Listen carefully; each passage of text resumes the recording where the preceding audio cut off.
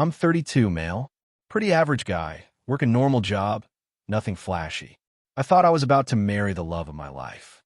My fiancée, 29, and I had been together for 4 years and engaged for 1.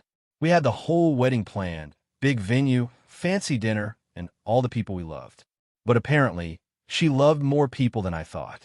It started small.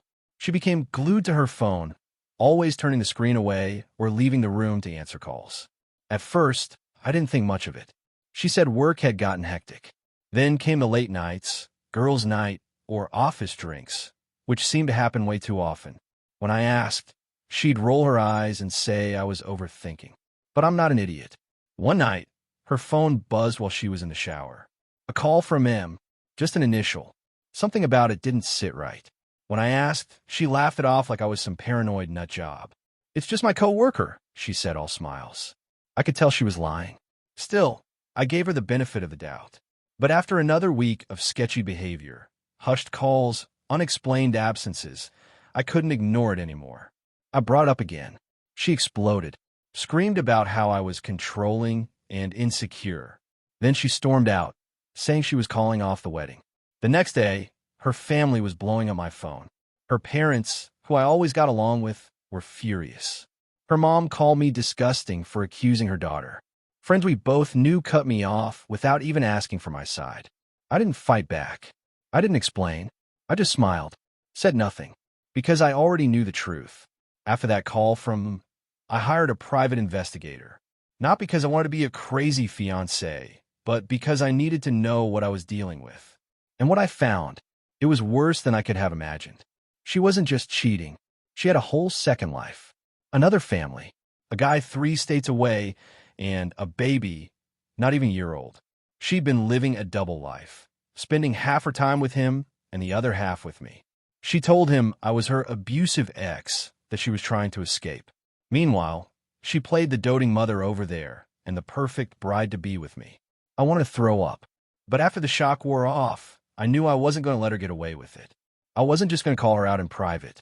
No, I wanted everyone, her family, her friends, him, to know exactly who she was. And the perfect opportunity? Our rehearsal dinner. She insisted on keeping it. So it would be a farewell gathering to clear the air. I played along, nodded like I was the broken-hearted fiancé she wanted everyone to think I was. Little did she know, I had invited one extra guest. The other guy. I reached out to him once I had everything in hand, the photos, the call logs, even bank statements showing how she'd been using my money to fund her little getaways. He was devastated. Didn't see it coming at all. But once I laid it out for him, he agreed to come. So there we were. Her family was smiling through their fake concern, acting like they were being so gracious by still having the dinner. She walked in, all dolled up, playing the poor, mistreated bride. She wouldn't even look at me. But I smiled. I said nothing. Dinner went on. Toasts were made. Her father, who had been practically breathing fire at me just days earlier, gave this ridiculous speech about how proud they were of their strong, independent daughter. Everyone clapped. I waited. Then I stood up. "I'd like to say a few words," I said, tapping my glass. My fiancée froze. She plastered on a tight smile, but I could see the panic starting to creep in. "I just want to say how lucky I've felt to have her in my life. She's taught me so much about trust and loyalty." I paused. "And she's also taught me what it looks like when someone is living a complete lie." Dead silence. You could hear a pin drop.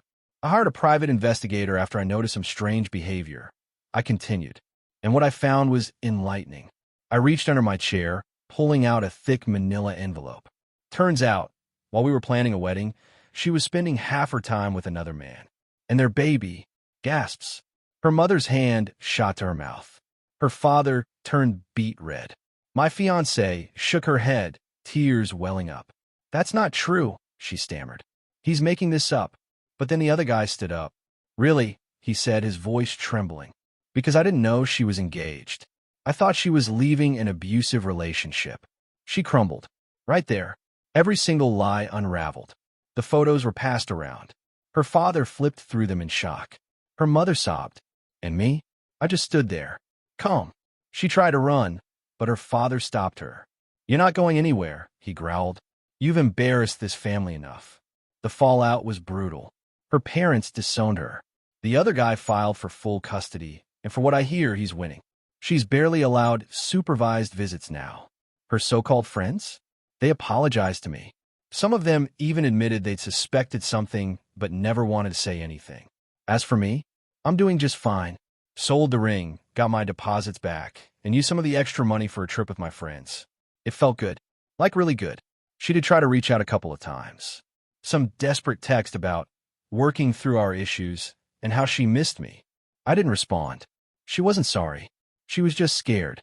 Scared of being alone. Scared of the consequences. And the best part? I don't feel bad at all.